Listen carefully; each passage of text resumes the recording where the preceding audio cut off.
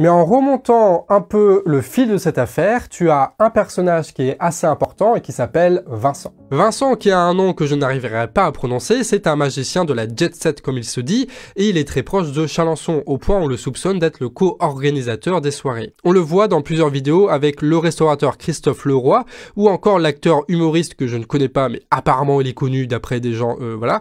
Et il y a eu, dans cette vidéo d'ailleurs, un petit moment de bêtise bourgeoise que je vais vous partager.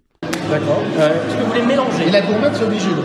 On peut faire... Oui, on va dire oui. Alors, je vous demande de mélanger. D'accord, on va mélanger. Vous le mélangez.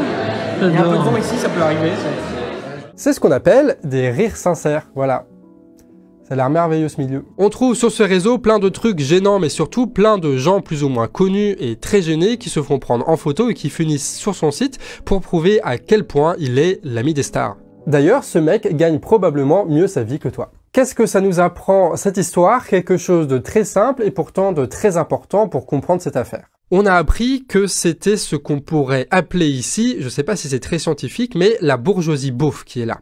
C'est pas celle des startups, c'est pas celle des beaux politiques, c'est pas celle qui concubine avec Niel, Arnaud et compagnie.